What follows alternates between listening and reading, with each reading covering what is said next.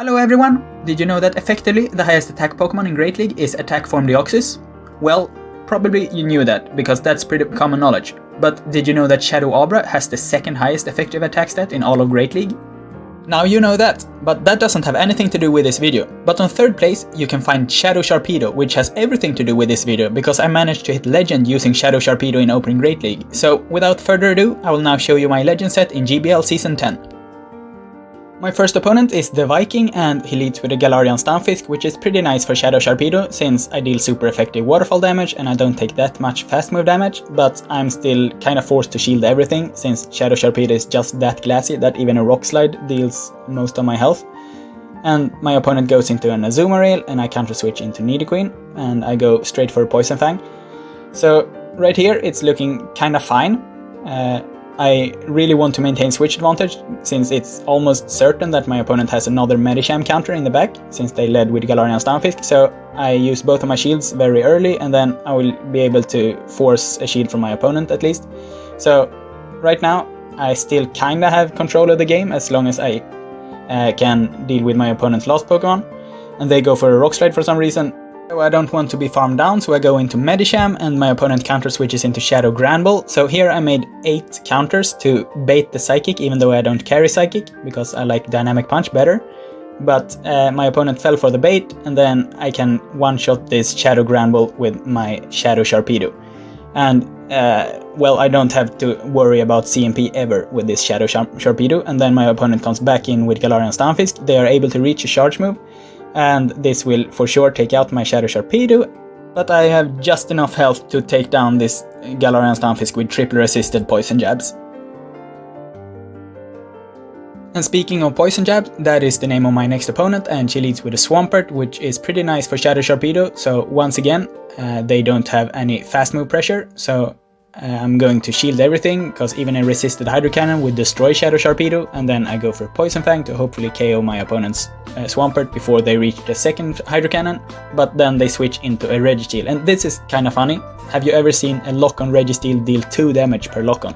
Because that's what they do now, and that's just because Shadow Sharpedo is that glassy. But since it's relatively small amount of damage, I could charge up a ton of energy on Shadow Sharpedo and then farm down the last bit of HP with my Medicham. So right now I don't have any shields, but I have a lot of energy on Shadow Sharpedo and on Medicham, so I'm still kinda confident. And then my opponent comes in with a Bastiodon, and this is because they think I have Ice Punch and Psychic, so they kinda want to absorb all of the energy on Medicham, but since I run Dynamic Punch, that's not gonna help them in any way. So right now it's pretty much over for them. I will be able to easily deal with the Bastiodon if I need to with Nidoqueen, but it won't even be necessary, because I will reach my crunch, and then my opponent feels like there's no way I can win this, so they let it go. Chan is the next opponent, and they lead with Bastiodon, which is pretty bad for Sharpedo actually, since Smackdown deals more damage than Waterfall, so that's actually losing in every single shield scenario for Sharpedo if the Bastiodon doesn't lose any fast moves. But anyways, they went into Scrafty, so right here I can punish the Scrafty safe switch by having Dynamic Punch, and this is why I like Dynamic Punch better than Psychic in many cases, because I can punish the Galarian safe swap and the Scrafty safe swap much harder than if I only had coverage moves like Ice Punch and Psychic. So then they come in with their own Medicham, and they go for a Power Up Punch, and Dynamic Punch would have been better for me to go for it right there, because even a resisted Dynamic Punch deals more damage than an Ice Punch, but it doesn't matter because my opponent shielded it anyways, and at this point I should be able to just cruise out the game with my Shadow Nidoqueen. So I'm shielding everything from this Medicham, since the only way to KO me would be with an Ice Punch or with a Psychic. So once again I'm shielding, and when I get this Medicham out of the way, the Bastiodon shouldn't be any problem at all, since an Earthquake one-shots. And this is why I run Earthquake instead of Earth Power, because Earthquake actually one-shots both Galarian Stunfisk and Bastiodon. So I don't have to debuff them first. And that's really great in many positions, and then I farm down with Sharpedo against Medicham.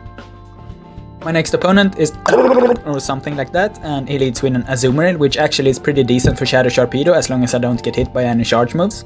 So right here I'm going to make 6 waterfalls before throwing my Poison Fang because I want to hit the CMP tie.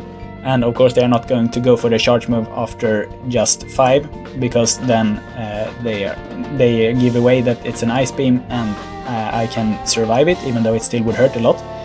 But now they go for a Play Rough, and I'm actually not able to farm down all the way, so we hit the CMP tie right here, and they shield it, and here I'm not confident in shielding this early, both times when I have absolutely no knowledge at all about my opponent's backline.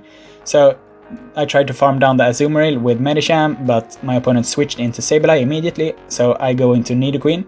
And Sableye has a positive matchup against both Nidoqueen and Medicham, but I still have a kind of efficient way to deal with the Sableye, since I survive one foul play and can reach another Poison Fang. So now the Sableye is double debuffed and I will be able to farm it down with Medicham. So if they have something very weak to Medicham in the back, then I will still have a winning chance in this game.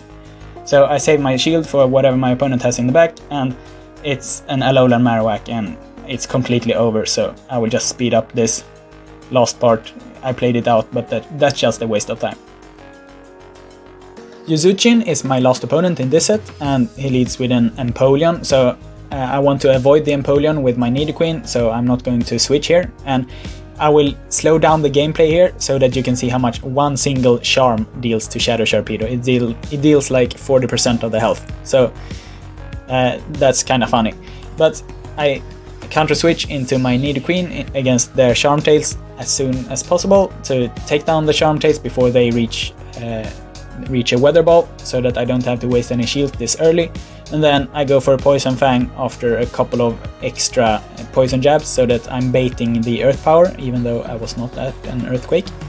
And my opponent shielded, and then my plan is to farm down all the way and hope that they don't have a second charm in the back, because I have just got Sharpedo and Medicham, which both get destroyed by a Charmer, and they have a Shadow Gramble in the back, and I'm thinking this is over. At least I can bait the Psychic and they shield, and then I go into Shadow Sharpedo and they lag for a second, so I'm actually able to get off this Poison Fang and KO this Shadow Gramble.